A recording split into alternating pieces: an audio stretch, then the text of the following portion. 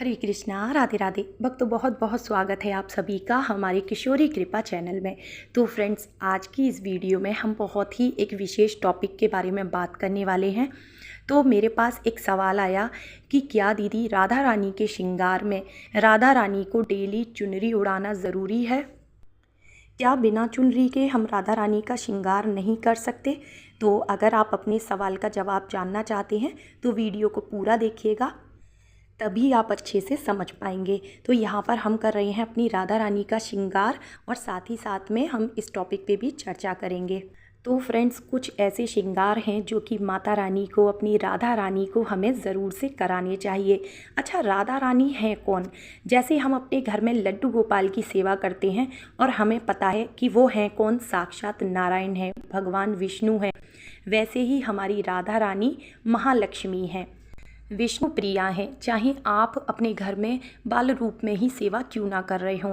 तो फ्रेंड्स, एक बात आप मुझे बताइए कि जब भी आप किसी मंदिर में माता रानी के चढ़ावा चढ़ाने जाते हैं, प्रसाद चढ़ाने जाते हैं, तो उसमें चुनरी क्यों दी जाती है? यहाँ तक कि जब हम नवरात्रों में माता दुर्गा की पूजा आराधना करते हैं तो चाहे कोई श्रृंगार चढ़ाएं ना चढ़ाएं, लेकिन चुनरी माता को क्यों चढ़ाई जाती है? क्योंकि माता को चुनरी बेहद प्रिय होती है और मात्र एक चुनरी चढ़ाने से माता बेहद प्रसन्न होती हैं। तो ये तो हो गया कि माता रानी को चुनरी पसंद है, इसलिए हम उन्हें चढ़ाते हैं। लेकिन वहीं अगर हम भक्तों की बात करें तो ऐसा कोई भी कार्य नहीं है जो कि हम भक्त बिना अपनी किसी लालसा के नहीं करते हैं। तो हमारा एक जो मेन रीज़न होता है वो ये होता है कि माता रानी को हम चुनरी अर्पित कर रहे हैं, तो माता अपने आंचल की छाया सदैव हमारे सर पर, हमारे परिवार पर बनाए रखना। क्योंकि जिस किसी के ऊपर भी माता के आंचल की छाया होती है ना, उसे कोई भी कष्ट छू नहीं पाता है। आप ऐसे भी समझ सकते हैं जैसे आप अपने लिए जब घर बनवाते हैं या चाहे आप रेंट पे ही क्यों ना रहते हों, तो फ्रेंड्स, आपको कितना भी सुंदर और कितना भी बड़ा घर क्यों ना दिया जाए, लेकिन अगर उस घर की छत ही ना हो तो क्या आप उसमें रह पाएंगे? और वहीं जब घर की छत होती है तो आप आराम से रात में भी पैर फैलाकर सोते हैं। क्यों? क्योंकि आपको बिल्कुल भी चिंता नहीं होती, ना दिन में धूप की चिंता होती है, ना रात में बरसात की चिंता होती है। कितने भी आंधी आ जाए, तूफान आ जाए, आपको पता है कि आप सुरक्षित हैं। तो बिल्कुल इसी प्रकार से माता के आंचल की छत्र छाया हमारे परिवार पर होना बहुत ज़रूरी है। तो फ्रेंड्स, आप चाहे मंदिर में जाके किसी देवी का पूजन करें या अपने घर में विराजमान देवी का पूजन करें, साक्षात राधा रानी, माता लक्ष्मी, दुर्गा, सब कुछ यही तो है। सिर्फ हमारे भाव इनके लिए ऐसे होने चाहिए।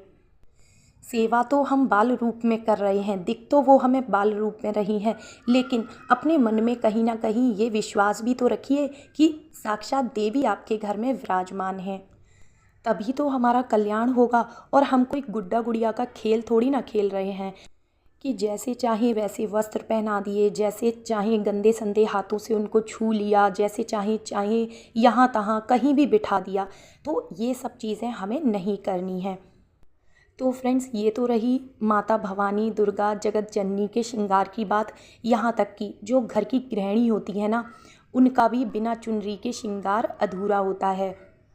तो आपने देखा होगा ना, जब हम डेली की भी पूजा करते हैं ना, तो चाहे कुछ और हमने किया हो ना किया हो श्रृंगार में, लेकिन सर पे दुपट्टा, सर पे चुनरी लेकर के ही हम भगवान के सामने बैठते हैं।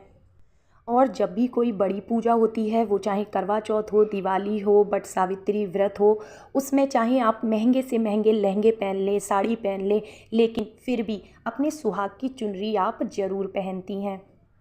तो फ्रेंड्स, सर ढक कर के पूजा इसलिए की जाती है कि जो भी पूजा करते समय, जो भी प्रभु की कृपा से हमारे तक जो एनर्जी आ रही है ना, वो सर से हो कर के फिर से बाहर ना निकल जाए। तो अपनी उस पॉजिटिव ऊर्जा को अपने अंदर बनाए रखने के लिए हमेशा हमें अपने सर पे दुपट्टा, चुनरी रख कर के ही पूजा करनी चाहिए। कभी भी महिलाओं को खाली सर पूजा नहीं करनी चाहिए।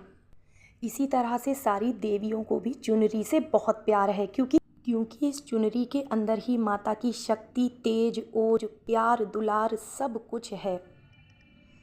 इसीलिए चुनरी की इतनी महिमा कही गई है और किसी भी देवी का श्रृंगार बिना चुनरी के अधूरा माना जाता है।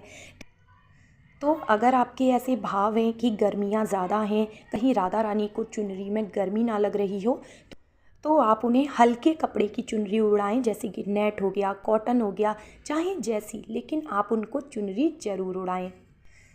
तो फ्रेंड्स, यही था आज का वीडियो कैसा लगा और हमारी राधा रानी का श्रृंगार आपको कैसा लग रहा है, कमेंट करके ज़रूर बताएं। और वीडियो अच्छा लगा हो तो लाइक और शेयर ज़रूर करें। चैनल पर पहली बार आए हैं तो सब्सक्राइब करें। राधे राधे।